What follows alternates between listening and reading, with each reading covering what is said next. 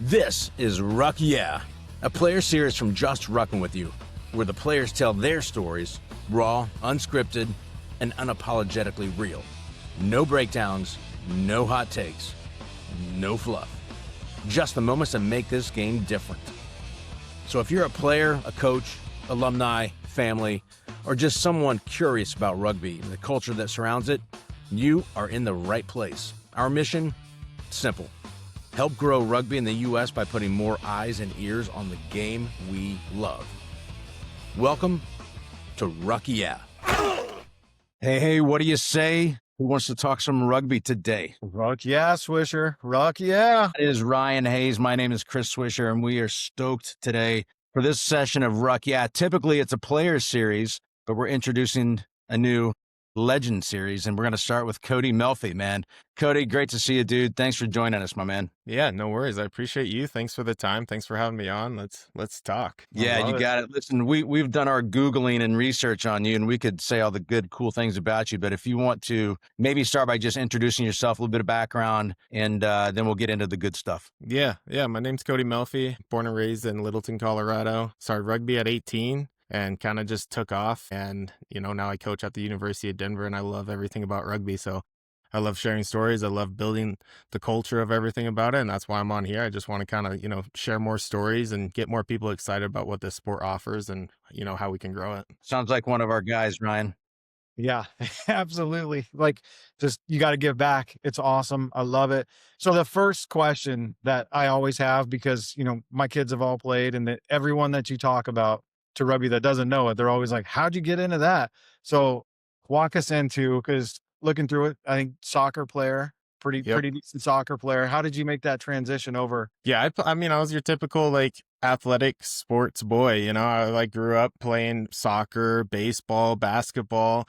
My parents had me in golf when I was third grade to fifth grade. I wrestled in high school as well. So my sophomore, junior year, I wrestled. And so sports just kind of was the way of life. That's what I like to do. That in video games, it was I was just your typical boy, I feel like, growing up. And I always wanted to go to the Olympics. Honestly, I always thought soccer was going to be my path to get there. And so, I had this hereditary disease in my knees. I end up getting this double surgery when I'm in 7th and 8th grade. It takes me out for almost 18 months. And because of that, I dropped from this top level soccer athlete that, was getting all the looks and, we were always winning state championships, 5-time state champs in a row. And I just kind of found myself in this place where I was always tinkering on the edge now. And I wasn't kind of the guy getting the looks. And so then you start looking at colleges and, everybody on your team, all the guys who grew up are all going to Division I schools, Clemson and, North Carolina, all these great ones that, you want to go play for.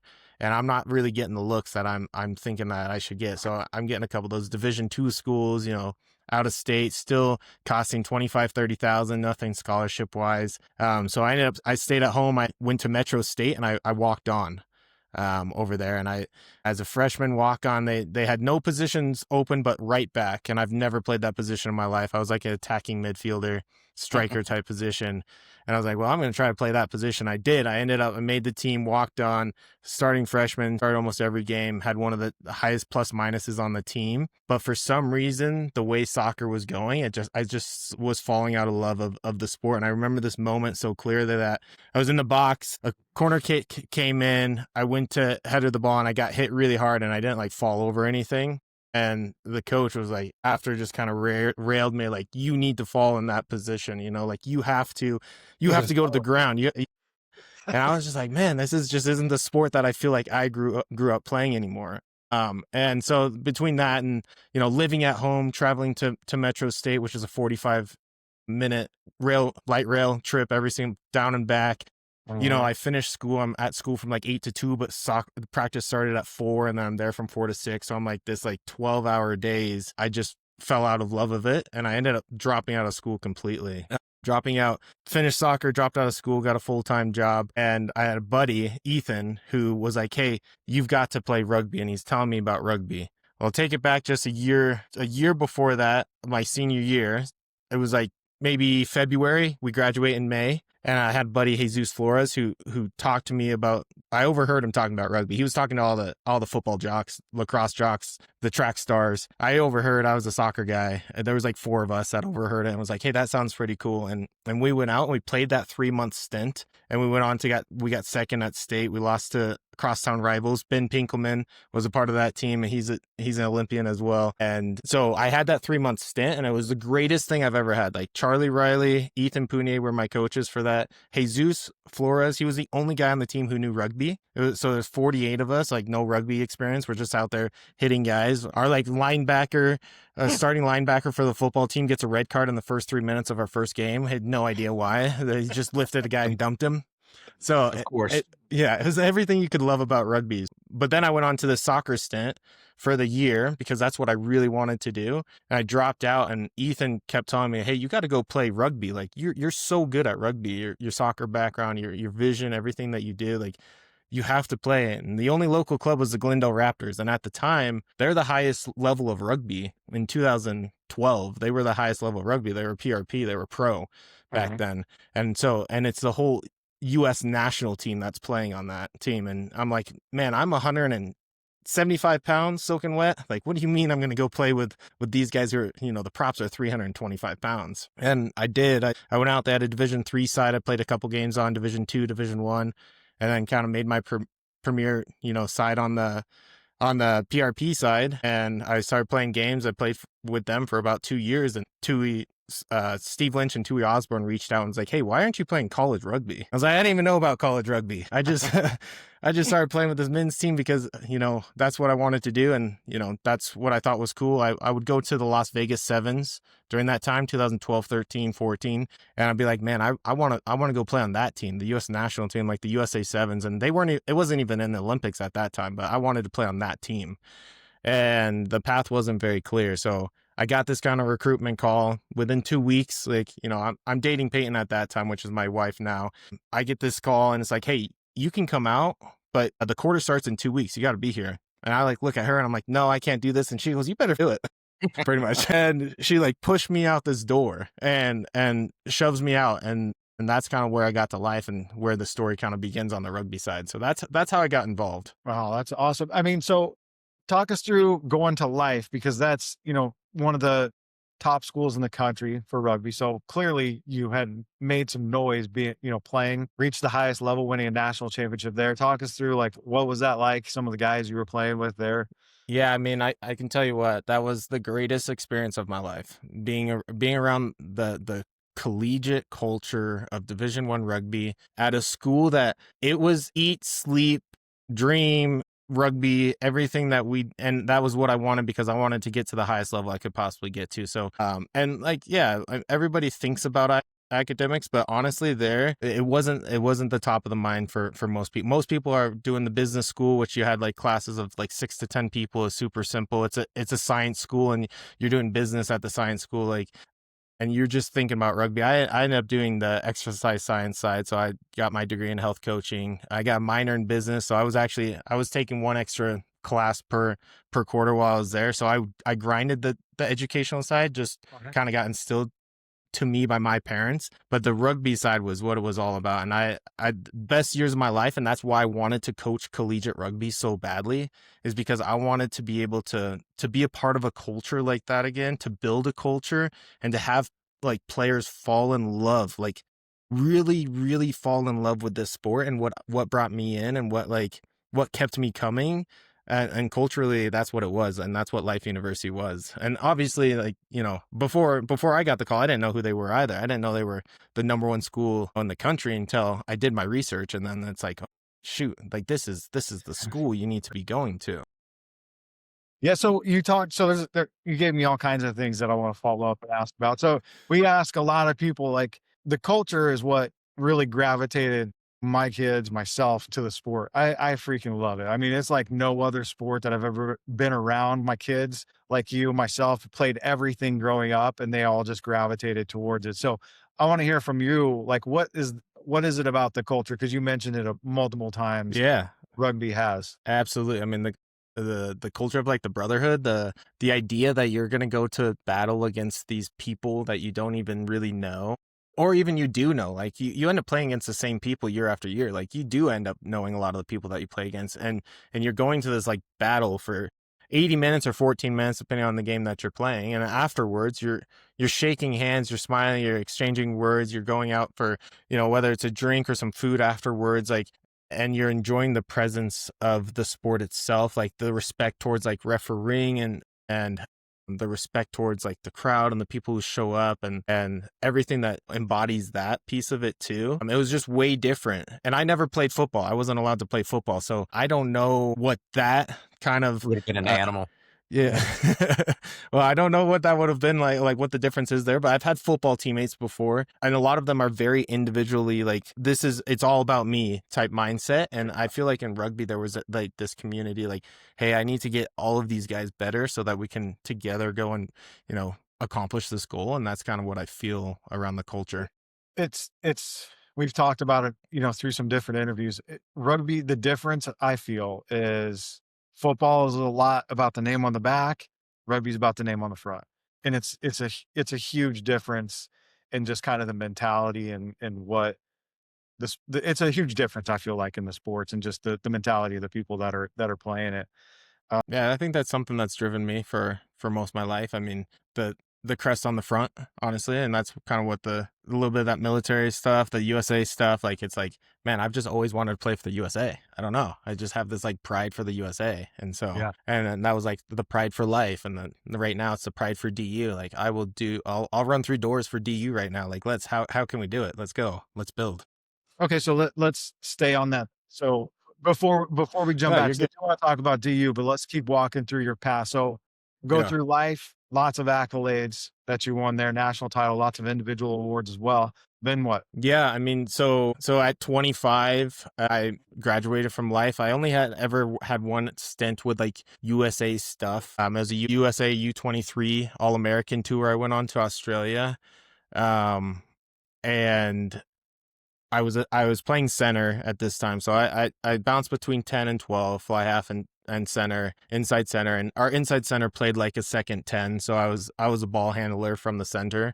And so I get invited on this tour, and there was 8 centers there to play 3 games. So, and they trust me, these are legit players. Like, every single one of them was a legit player, but that was kind of like the stint of like my introduction to USA and like any type of camp, anything, any looks at me, even though like you said, the national championships, All-American stuff, it's like, that was kind of the stint of it.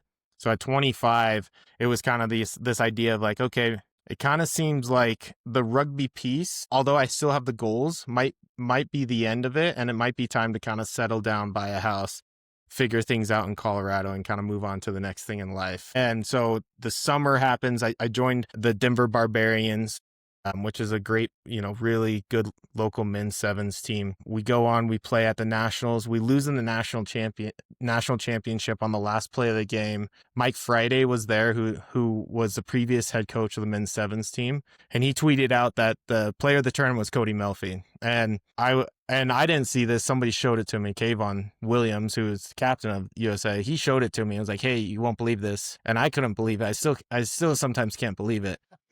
And so I was like, holy shit. Like, sorry, this is crazy that this is actually happening. And so then I went on to play at Rugby Town, and same thing. I got player of the tournament for Rugby Town for the sevens. And so I got invited out to my first camp.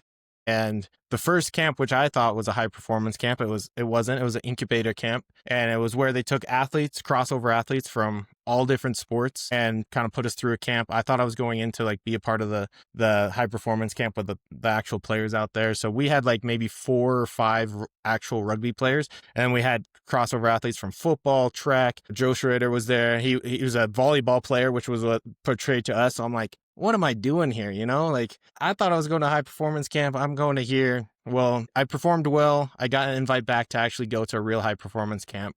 Went to the high performance camp a couple weeks later, and I got offered a contract, small contract. It's rugby housing plus $500, $1,000 a month. And it just, for me, it wasn't reasonable. I'd been at this time with Peyton for 7 years. You're trying to think of, like I said, the next step of your life. So I let him know, like, hey, I'll be a guy who kind of flies in and out because that's what they would do. They'd have 7 or 8 guys who would come in for HP camps, fly them in, maybe select one, maybe not. They usually didn't get selected. I was like, I'll be that guy.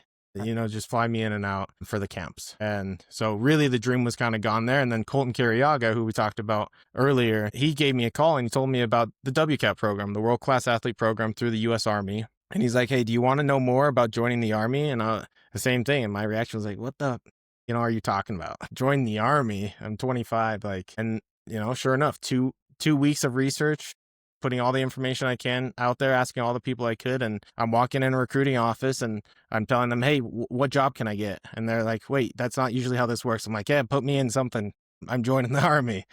And so that's kind of where that connection to USA, I went off to boot camp for 5 months, did my AIT, all my training for the Army. And then I was stationed in San Diego and got to play with the U.S. national team. Wow. Okay. So then, fast forward, you make it on the Olympic team. Yep. You're standing in Tokyo. You hear the national anthem playing. You're wearing the U.S.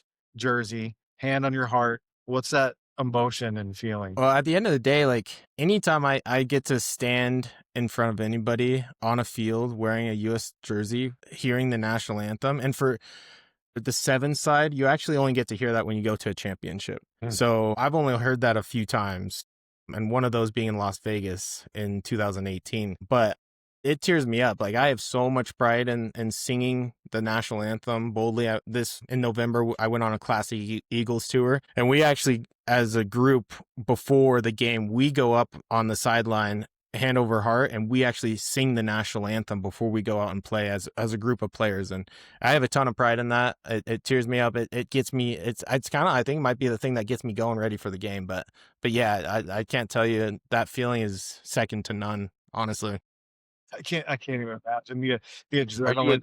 Are you a true bass or a tenor? What are you? No, I'm neither of those. I can't give you any type of tone in any way. I told you I was your typical sports boy growing up, sports and video games. I played piano for maybe 3 years because my parents forced me to, and trumpet in middle school because you had to play an instrument for a year. Yeah, the recorder. Our Just Rock With You bucket list to hear the national anthem sung by Cody Melphy. Yeah. Absolutely. All right, Swish, I've been asking a bunch of questions. I'm going to let you ask a few of them. Yeah, but you're right. It's great run through there, Cody. Thanks for that. We talked a little bit before we jumped on the interview just about the sport of rugby, just giving back in any respect or any manner. And I have never played, but it's meant so much to our boys that I feel like we want to give back as much as we do, whether it's at that high school level, at our Oceanside Collegiate Academy here in Charleston, or calling games at Clemson for Troy and all of his boys, and getting to know some of the teams in the Southeast. We've kind of really enjoyed expanding out. And so we're trying to give back as much as possible. But let's talk about how you're doing that now. You said you found that love coaching. So what's it like? That experience at Life is pretty special, right? And so now you're trying to bring some of that and infuse that into Denver. Maybe talk a little bit about your program, and it keeps growing. Yeah, so really what happened is the previous coach abruptly left, and I think it was some altercations or something within the players, and it's just it wasn't right for the team, the coach who was there. And so I got a call, and from this call is the senior leadership, hey, we need a coach to come in. And there was actually 2 coaches in play, assistant coaches. There are 2 female coaches, Andy and Rachel, and they're part of the Grey Wolves. Rachel is actually playing professionally right now in England. And I remember they were like, hey guys, you can't just bring in a random guy to come start coaching. And because I told these guys, I was like, look, they had their national qualifier in 3 weeks, I think. They had a sevens tournament that weekend. So I had Thursday, Friday, and then the Saturday to prepare them for this sevens tournament. And I was like, if I come in there, I'm telling you, I'm going to change everything I'm changing everything. I've got a program that's going to come in, and I'm going to set everything, the standard correct. And I remember the 2 ladies told them, I was like, hey, you can't just have a random person come in here and change everything. So I ended up jumping on a call with them that Thursday morning, and I was like, hey, look, I know it was kind of maybe intense about what I was saying, but this is what I want to do. And I had a really great talk with them, and it became a collaboration of oh my gosh, that's amazing. There's been no structure here for 3 years. Yes, we need this. The team needs this. And we were able to do that. That first practice, I had 13 guys at. Rostered wise, I think they had 32 rostered. Like they said, the coach was like, 15 to 20 guys who really show up to practice. That had that Thursday practice. The Friday, I think we had about 20 because the guys wanted to play over the weekend. Went into that sevens tournament and it was like, hey, I let Andy and Rachel kind of be the coaches and kind of had this like from behind view, but I was able to kind of come in and help the guys out. Like, hey, this is what you need to do better. This is how we can. And then I brought in that, like, the fun piece of it, the like pride piece of it, and made that weekend like one of the best weekends they've ever had. And then, got them food and stuff. Like, I just like culturally, I just like instilled immediately as quick as I could. And then, it became, I talked to leadership again. I was like, hey, you have to trust me. If you trust me, I'll trust you guys. I'll trust you guys to show up, to commit to the program, to buy in. You have to trust me as, my professional background, what I came from, to be able to come in here and put you guys in the right place. And 3 weeks later, we went on and we won that national qualifier to go to nationals, and they had no right winning that. They had absolutely no freaking right. And we went 5-0 on the weekend. We beat all the teams that were coming in the highest seeds, and we went on and we got to go to nationals. And the way that NCR sets up the national championship, I disagree with, but they set you at certain ranks and they let you just play, and if you lose, you're out. We end up losing our first game, so the highest place we can get is 9th. That's a story for something different, but that's kind of where that culturally, where it kind of just imprinted everything that I could as quick as I could, asked them to trust me, said I would trust them to do their piece, and we just grew from there, and we got after it for 2 months. So how many guys?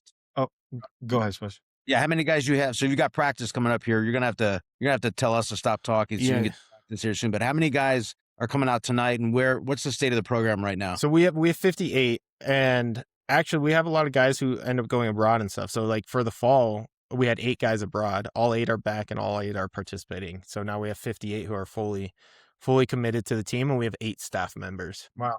And so it's a club. It's not part of the school? No. I mean, the most support we get pretty good support, I would say, from club sports. We have a field that is turf, which is good for Colorado. It's it's actually got an extra like 25 meters on both sides, and distance wise, but it's shared by every single club sport. It's prioritized for varsity soccer, men's and women's. And so we kind of fight back and forth the support wise on that. Like our trainings are 7 to 9 p.m. So, and it isn't the most ideal, but we have a pitch. We have somewhere we can train Tuesday, Thursday. We do split the field, half of it with Volo, which is a men's like nonprofit soccer league. So yes, I have 58 guys on about half a field. I do have extra 25 meters both sides, so I do have a little bit more space. But so those are kind of the things we fight. We're not a priority, obviously, as any club sport, and especially at Division III. Like at DU, they don't have a football team, but they've got a high performing hockey team who's their general in the sports, and then soccer and lacrosse both do well for them too. Oh, yeah, DU hockey's legit. They're always in like the Frozen Four there. Yep. They had the most national championships. Yep. Cody, I'm looking at my phone right now. It's going to be 30 degrees at 7, 29, 28 at 9. It's 60 degrees here in Charleston. I don't miss that weather up north at all ever. Oh my gosh, you're telling me that the greatest thing about living in San Diego and having the training center there is we trained day in, day night, anytime, and the lowest I got was probably 50 degrees. So, and it's even worse as a coach. I'll tell you what, I have respect for the Colorado coaches or anybody who's in a winter place, because you've got to boot up, you've got to layer up, and you're still standing your ass up there on the sideline freezing for 2.5 hours trying to coach. Yeah, you're not running around, get your heart rate up. Yeah, it's not happening. Like the kids are taking off their jackets, they're in their t-shirts, and I'm like, man, I am freezing over here. So you talked a little bit about how you didn't like the setup of how the NCR does the playoffs, the seeding. You also had kind of a public feeling on some eligibility. So why don't you talk through that? Because I personally really agree with you and what you were talking about, but why don't you bring that up? Yeah, I mean, it's very important to keep fairness. At the end of the day, like everybody's going to have their gripes about things and have their disagreements. And I was just trying to get more clarity in what my gripe was. And it was that there was an ineligible player that was playing in his 8th year of rugby. He intentionally put on his eligibility that he didn't. And it's very easy to do that. Like anybody can do that. You can also just use somebody else's, like there's no regulations to make it easier to make sure that we have the correct players on the field. And I'm just trying to find some type of way that we can all agree and make it a little bit easier for us, because I had reached out a month before asking about eligibility, like, hey, how can I find the eligibility for these other teams, other players, to make sure that, I'm playing against a team fairly, right? And the questions, like for NCR, to be able for a player to become eligible, he goes in, he signs into the platform and asks him, are you under the age of 25? Are you fully enrolled in school? And what year did you start playing rugby? So you're under that 5-year eligibility, right? And that's the 3 questions. So you just mark, yes, under 25, yes, fully enrolled. And I started in like 2020, then you're good to go. There's no background, there's no nothing, no verification system of any sense.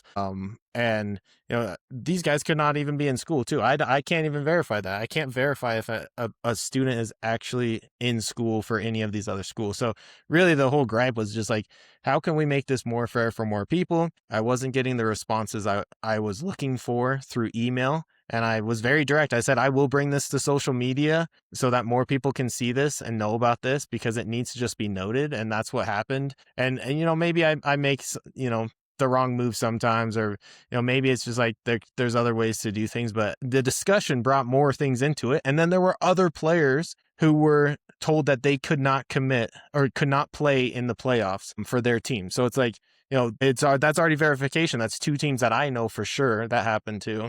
Like one is enough, 2 is too many. And how can we make sure in the future this doesn't happen? It comes down to a fairness and a safety issue. Whenever there's ineligible people, the sports are competing and everyone's on the same level. Everyone's got essentially the same thing. And that's how you figure out who's the best. That's why there's, performance enhancing drugs, all those different things to make sure that the playing field is level to see who truly is the best. Yeah. And I'm with you, man. I think it's one of the things that I'm trying to be able to be better at too, is understand that I am in a Division 3 space. So I understand, there's Division 1, Division 1 AA, 2, 3, we're even men's, there's so much more priority above where I'm at.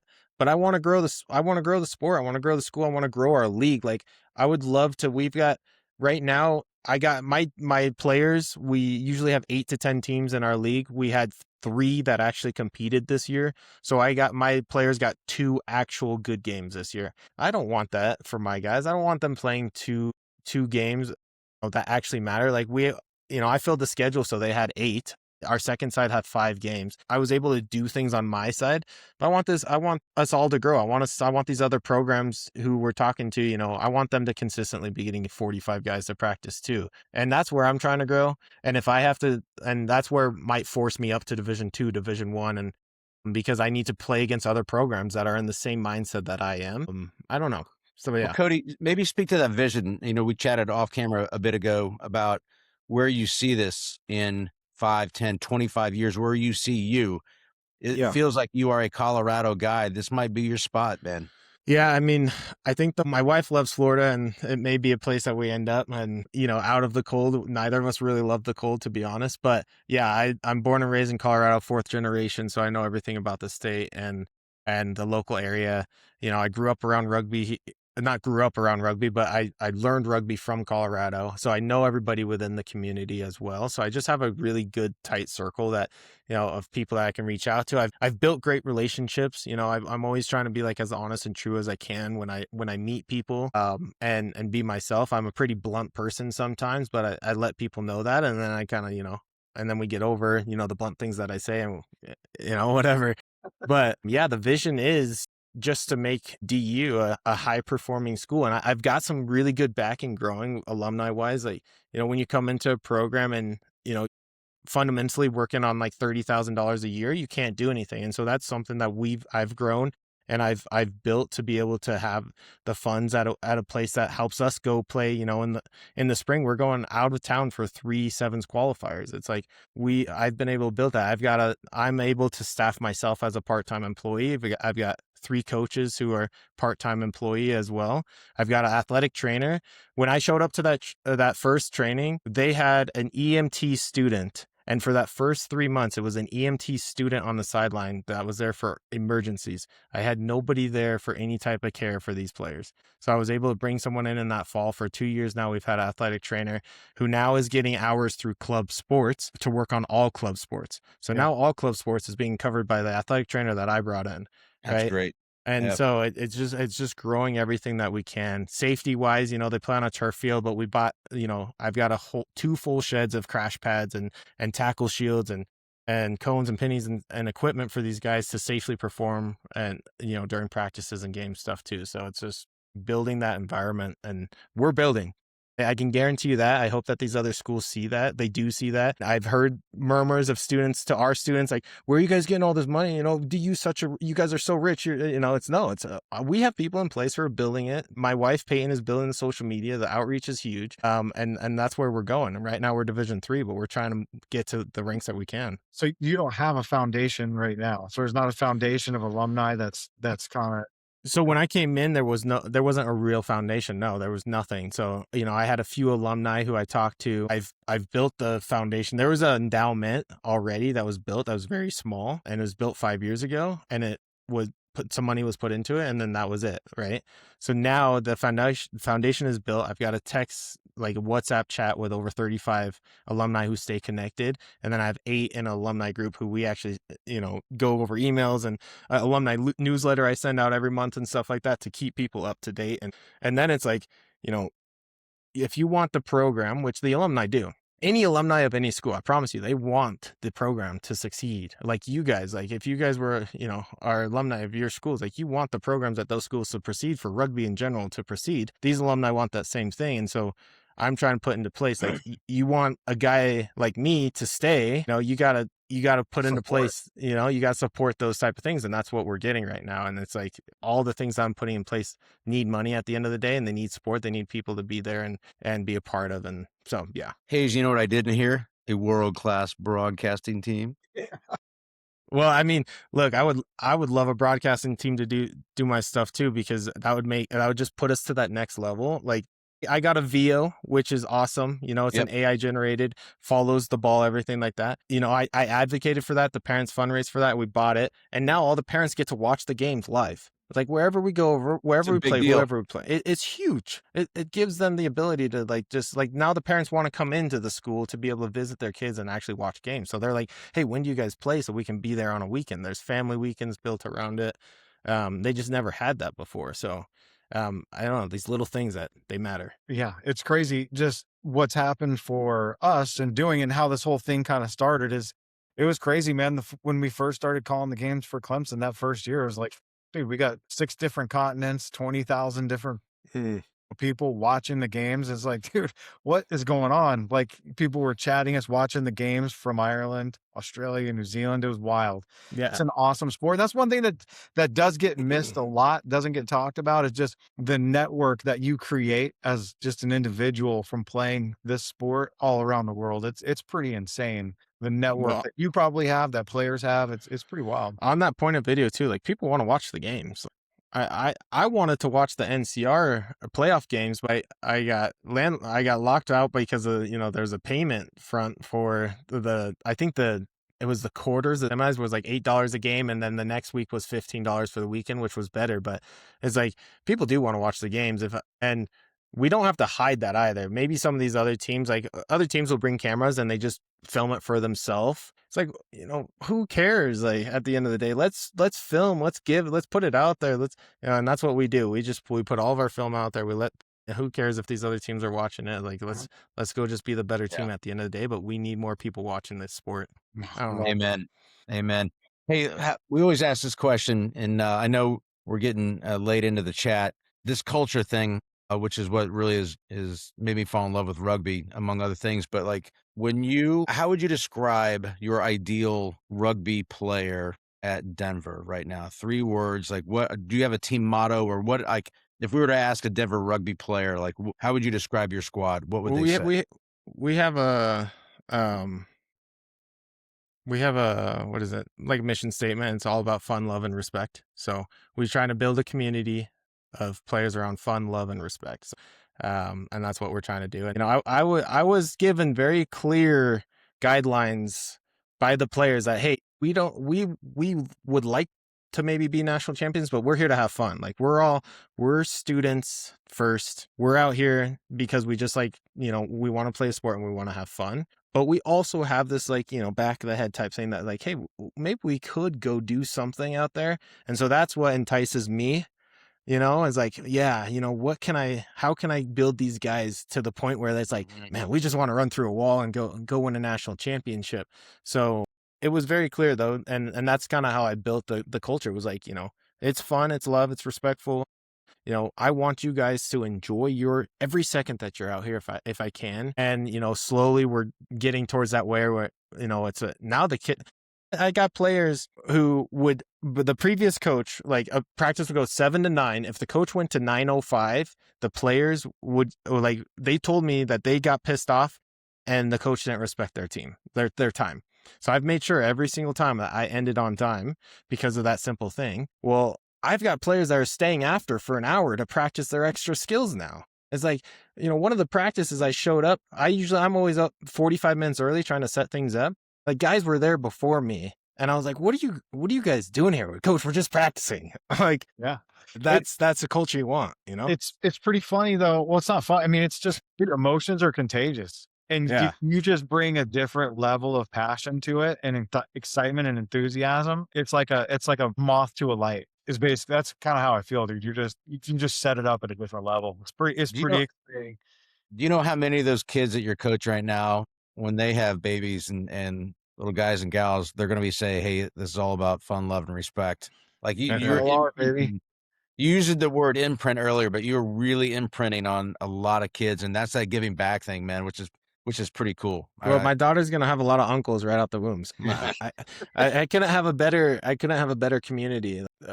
Seriously, like imagine like you guys were involved with rugby and you had like all your rugby bros that you played rugby with back in the day and you were fresh to having a kid. Like I know I have 150 aunts and uncles out there already, that are going to be awesome people. Yeah. So I don't know. Best fraternity cool. that I've ever run across. Yeah. I've got players in frats too. I'm sure at Clemson, there's, a lot of frats there too. Like I've got players that still have the frat life, but they choose rugby events over frat life all the time. Why wouldn't you? Yeah. It might be bigger different at a bigger school, but I don't know. Maybe we need to see if we can import Cody and his boys into Clemson. Let's get a home and away. Would be good, man. Hey, that would be awesome. Yeah. I think I don't know. Troy might be a little bit higher level players right now. Well, yeah. Man, listen, that pitch at Clemson, that grass is like a 1973 shag carpet, baby. It is pretty deluxe. It's nice. So that's awesome. Yeah, good. I haven't even been out there and thanks forever. For jumping back on, spending a little more time talking about the program. Yeah, I mean, at the end of the day, rugby gave me everything I have in my life. Like everything that I can pretty much attribute to has been because of rugby. So I kind of feel like I have this, like, I have to give back. And I've had those, I think everybody's gone through these type of lulls with rugby before too, where like we talked about precast is like, how can we grow this sport? How can we get more eyes on this sport? How can we get more people falling in love with rugby? Because it's such an awesome sport. And I feel like I had this lull where it's like, it's just never going to happen. And sometimes you get to that point where like, man, maybe I just need to move on from rugby completely. And, when you retire from professional sport and you kind of go to a lower level, you're trying to focus on family, some other things in your life, those lulls will happen. And I just found myself right back in the driver's seat all of a sudden again. I got reconnected with the Rebel Rugby Academy, which was really important to me, and then DU Rugby. And so we're a Division III school. We're a private school. 90% of my players have never played rugby or touched a rugby ball before when they get to the school. I recruit heavily off from campus. So most recently, this year I recruited 22 guys off campus. Last year, I think we had 18 guys recruited off from campus. And that's just finding guys and telling them to come out and try the sport of rugby. What's the pitch? Because that was actually a question I was going to ask. What do you say to them? Well, I always have my players with me too. And it's like, hey, do you want to be, it's kind of like a frat. in a way. It's like, hey, do you want a community of like-minded people who you can go, like, get that aggression of like sport out a little bit, have fun around other people, have a community of boys who you can kind of rely on, go to whatever it is, go to parties or hang out with them, you classmates who you'll recognize in school. And so it's like, for the freshmen, it's just like, hey, do you want this community and do you want to try something new? And then I just say, hey, come out to a practice and see how you feel. Because at the end of the day, it's your choice. And I tell them that directly. I let them know, like, hey, I want, like, it looks like you're expressing interest. I want more players a part of my team. I want to grow this program. Come out, see what it's like, and see if you don't like it. And so we put these kids through a trial, and it's like they go to one, and after the training, I always, go direct to them on, hey, how was it? You good? Hey, we'll see you next practice. Yeah, we'll see you. Then I'm texting them that night and it's like, hey, hey, just a reminder, practice Thursday, let me know when you're ready to commit to the team. If not, we'll just see you Thursday. And it's like, hey, coach, yeah, I'll see you at another practice. Boom, Thursday comes, same thing. It's like, hey, hopefully you had a great time. Text them that night, hey, you ready to commit or you need some more time? And it's like, it's just this like cycle of, and then we get to that third, fourth practice, like, coach, and they're coming to me, coach, what do I need to do to commit? And it's like, yeah, there we go. That's it. And it's built through that culture that we're trying to, build as a team, having that, like that fun of the practice, but still get to the point where we're trying to go. So, there's levels to it too. I still, as a Division I athlete, want to go win a national championship, even though I have Division III athletes who, they're not they're not the cream of the crop at what you would say athletic wise, but they're guys who are very well performing. They're smart at DU, and we produce very smart individuals that give back to their communities when they go on. So I don't know. There's a lot of guys that have succeeded, a lot of guys and ladies that have succeeded at the highest level of whatever sport it is, coming out of whichever school. It doesn't matter. You know what I mean? There's sometimes you get the grittiest guys coming out of that because they didn't get that look as yourself from a D1 school or whatever. And it creates that chip of, all right, I'm going to prove everybody wrong. Yeah. And a lot of my culture is a little bit different than I had at Life. Like at Life, we were all grinding to be the best players and go on to represent the U.S. national team. I may have a player or two that's like, hey, I want to go to the next level. But most guys are like, hey, coach, I don't even know if I'll play rugby after school or, after I graduate. It's something that I get to do while I, take my mind off from school and give me a community of people. So it is quite different, to be honest. Whether it's D1, D1AA, D2 or 3, like some of those challenges and programs, trying to build a program, doesn't matter. The levels don't matter, right? It's the recruiting aspect, the funding aspect, the travel, just the scheduling. What are some of the things that are maybe a little bit more tough for you that you didn't realize from the coaching aspect? You're like, man, staying on players to come out, that's a lot of work. Maybe what are some of the other things that have surprised you about coaching? So I think so I've been coaching since I was 19. I started rugby at 18, coaching at 19. So I've been in the game for about 13 years. I've done all the way up to men's club levels. Collegiate wise, I've done assistant coaching stuff. So nothing like been the guy at the helm. I think some of the hardest pieces is with the school, getting school support, being able to rent the fields, have access, have timings, the freedom to have group lifts, the things within the school and the community that I can't control, because a lot of the stuff that I can control, what a practice looks like, how fun it is, the fitness, what we're doing skill wise, game wise, I can control a lot of that. The other hard piece too with DU is, it's a private school. It's a very well-known, renowned school as well. So a lot of people who are coming here is for an education. So I get around that, education is first here for these guys. Like you guys are, so school is first, and then you've got family. You may even have girlfriend or something, and then it's kind of rugby. So you got to get through all those hurdles and make rugby that thing that's like that relief for people, or that thing that people want to come and show up and be a part of. And so one of those challenges is like, hey, how can I continue getting these guys to keep coming back? How can I get them to then tell their friends about this and to get more people? Because who knows, maybe there's the friend of the friend of the friend who's from New Zealand and has 13 years of rugby experience, didn't know there was a rugby team at DU, and that guy comes out. So I think those are kind of the challenges. Yeah, it feels like that's the same wherever you are, right? Yeah. Here's the real tough question. Would Cody Melphy, the player, like playing for Cody Melphy, the coach? Oh yeah, because look, at the end of the day, I took the best of everything I experienced. I've been under so many different coaches and programs, and I mean, I've played for a lot of. I've what would you call like the rugby hoe or something? Like I have played for probably 35 different clubs. Like I used to be for summer sevens here in Denver. They do for like a 3-month stint where all the men's teams would put in team for summer sevens, and you'd play on a night from like 5 to 8, and you'd have 3 games maybe in the night of sevens games. I would play 9 games because I was coming off the field and putting the next jersey on. So I know the coaches, I know the cultures, I know the people that I liked. I liked the things, and there's probably things that I do right now that I wouldn't like as a player, but I tried to take the best aspects of the things that I loved about the sport and the coaches that I had and instill those into the program. And then I'm surrounded by 8 other people too that help me out too. So it's like, there's accountability there. There's people who put in their opinions in, and we're all kind of coming from different cultures too that we experienced and pouring it onto the kids. What was the moment, Cody, where you were like, man, I feel like I'm pretty decent. Like I feel like I can keep going.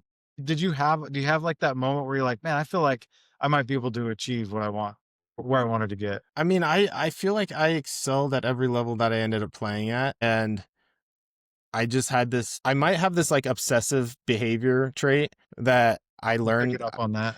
Just a little bit. Yeah. I can like, I get to know something and I just want to be the best. And so, you hear about if you do 10,000 hours into something, you become a professional or whatever it is. It's like, well, I did 10,000 hours of passing. I did 10,000 hours of kicking. I did 10,000 hours of running. I did 10,000 hours of film study. I was waking up and watching every single USA Sevens game from 2 a.m. until 6 a.m. when they're playing in New Zealand, then going to school, and then playing. Like I was getting 2 hours of sleep. I didn't care what it was and what it took. So there's a piece of me that I don't know if there was a moment, but I just wanted to get better. I don't know. I just have that kind of like that trait that there's something that interests me. I want to be the best. He's got a bit of a problem. Yeah, that's a good one, though. That's a good one. Problem. No, that's great. Hey, listen, we're getting close to, I know you've got practice to run off to and make all your lads better. One thing that Ryan and I really, again, it's the eyes and ears on the game. And like this chat has been phenomenal. I've really enjoyed it. There's things I'm learning about it. I don't know if I've ever talked to anyone that loves rugby more than this guy. You know what I mean? So what's it going to take for rugby to stick in the United States? I think it's a pretty wide open question, but like it's a typical question that a lot of people ask. And I think it's going to be more people in place, like more people like myself. I think that every single professional athlete, if they can give back and get to these programs, it's like we have a lot of older gentlemen that are in like these higher positions in coaching. It's like it's such an old school. It's like we're still coaching rugby from 80s and 90s, like these drills that we're coaching. We're still like, I love that they're a part of it, but we need more higher level players and athletes and people, I guess, like myself a little bit, retiring out of rugby, going back, giving back to the game. So then those, parents like you guys yourselves, like you can go, you're totally capable of coaching at, that middle school, that elementary school, building teams as your kids go through the ranks and then put them onto that high school level and to somebody who's experienced in there. And so I don't know if there's more people that can give back and more guys in my position that have a lot of knowledge that I can't even give all the knowledge away that I have because there's probably so much in there I don't even remember what it is. So I think that can help. And I don't know, it's a hard question to ask because I've been around the game for 13 years now and I feel like it's growing, but it's not growing at the speed everybody wants it to grow at. Sure. Yeah. That's primarily why we're trying to do this. Just get more people to see it and understand it. And, when we broadcast games, it's a lot of just education because probably 90% of the people watching have never even seen it. It just looks like chaos. So just trying to give a little bit of explanation of actually what's happening out there versus just assuming that they understand the game. Mm-hmm. 2 different things. It's just a little bit of education. Once people understand it a little bit, it's like, dude, this game is unbelievable. Like all the rules are set up so it never stops. Yeah. The hook gets set and it's on for sure. Yeah, it's made a lot of other sports boring to me. I'll be honest. I respectfully, I'll say this. When you listen to professional rugby games, the guys and gals that are calling the games, they know it so well. And to the uninitiated, it's really hard to follow along sometimes. And so I think explaining it so someone like my wife or my dad that has never been exposed to it can actually maybe follow it a little bit. The concept's weird, right? You try to advance the ball forward by passing it backwards and running. And so sometimes we've related it to American football a little bit, right? And so because that's what most people know, and it's just a variation of it, but it's just as exciting. And when we call games, like, we're just trying to make it more fun, man. Like, it is so exhilarating. I love calling the women's games too, man. When the ladies get out there and they start crushing it's just so much fun. So I wish we could, and maybe it's the youth programs. There's such a lack of that in the US as well too. I just don't know how to get that started. So I really appreciate your perspective on that. Ryan, I've got one more thing to share with Cody, but before we do that, Cody, anything on your mind that you want to just bring up or leave us with before we close out here? No, I mean, at the end of the day, I love rugby. I love everything about it. I like giving back. I like growing the sport of it. I think that more people should play it. I think that it builds a type of individual that's good for the community and good for this world. And if we can have, great individuals coaching other, kids or, even college or men to become better individuals in our society, I think it's just going to make everything better for us. And so rugby is definitely something that people should be playing and doing, and being a part of. Well, we've always heard that, that old adage, there's no crying in baseball. I'm going to give a new one for you. You just coined it earlier. There's no flopping in rugby, right? There's no flopping in rugby at all. So Ryan, any closing comments before I end with one last question? Yeah. No, I'll let it. I'll keep it. Okay. All right. So maybe, Cody, thank you again for the time, man. Maybe one of the purest rugby dudes that we've talked to or had the pleasure. So I've learned a lot today. So thank you for that. But you're also an Army veteran. You're an Olympian. You're a coach, but you got one title coming that you haven't been yet. That's going to be the best one of all. So, and that's going to be dad. So maybe talk a little bit about that. So congratulations to you and Peyton. Yeah, I appreciate that. No, I think this is my most exciting adventure yet. Something that's been a long time coming, and we kind of put it on the back burner just because of my own selfish goals, I guess, at the end of the day, and something that Peyton's always supported me in. And I can't wait to just help something grow to be a good part of the community, a good individual, and to whatever they want to be in life, like to be able to support that and drive them towards those goals that they have in their life. And yeah, this I everybody keeps telling me all these different things, and I just can't wait to like hold her in my hands and see, like, you see the videos from what a baby looks like when they come out to 1 year and how big of a difference there is. I can't wait to see that first year and, continue going through the ranks. And it's scary a little bit too, because you're just like, man, I've never experienced it and something new in my life, but I just know that Peyton's great. I know that I'm going to have the tenacity to be able to learn and to grow. So, and there's so many successful parents out there too. I have a lot of respect now for women in general as well. So respect to any woman who's been pregnant and gone through what they've gone through. So yeah, it's wild, man. My first kid, it didn't really hit me until I was standing there holding it. I'm like, oh my God. Yeah, I feel I'm going to be the same way. Yeah. Cody, I can see it in your eyes, man. You're a puddle of mush already, dude. It's going to be great, man. And there's nothing better than the best part. Like we mentioned, like in, 15, 20 years, you'll get to look like us, like grumpy old dudes that are talking about rugby and still trying to make it happen. So, I'm going to ask you one more question, Cody, because you've talked about things back and forth. I always do does this, Cody. Sevens or 15s? I'm a sevens guy all day, every day. So I actually really respect the game of 15s and the way that it's played. But I think sevens is pure rugby. I think that to be able to be a sevens athlete, you have to be good at every aspect and top tier. Like your catch and pass has to be the best in the world. Your tackling has to be the best in the world. Your running, your speed, your ability to see the field. I feel like sevens is a pure rugby sport, and you have niche areas that you have to be really good at. I think sevens, you have to be good at everything. So, and I find more action in a sevens tournament. I'd rather watch a 3-day sevens tournament than maybe 3 or 4 15s games. So interesting, man. It's such a divide. It's such a divide. Same sport, different games. Yeah, no, 100%. It's fantastic. Well, how good, Ryan? How good was this, man? Yeah. Is there anyone, we didn't ask this, Wish, is there anyone that you want to make sure that you didn't say, like shout out just to give them appreciation for? No, I don't think so. I mean, there's a lot of good people in my life, and they know who they are, and I show my respects all the time. So no, I think a lot of people out there know who they are. So yeah. I love it. Cool. I'm Well, done. big respect to you, Cody. If we can call, like, maybe you're our new friend now. I don't know. Yeah, absolutely. Well, Good. thanks for having me on. I appreciate the Yeah, time well, too. And, let's yeah. spread the word. Well, yeah, Yeah. this is our RUCK. Yeah, we're gonna call it the Legends series, and you lived up to the hype, my man. So if anyone believes in growing rugby like we do, and really you've inspired us here to even do this more, man, share this, talk about it more, share more stories. And Cody, I hope we can keep in touch with you, man, and look forward to seeing you down the road sometime soon. Yeah, absolutely. We'll see you guys soon. All All right, right, cool. cheers. Thanks, Tony. Yeah, Yep, we'll see ya. talk soon.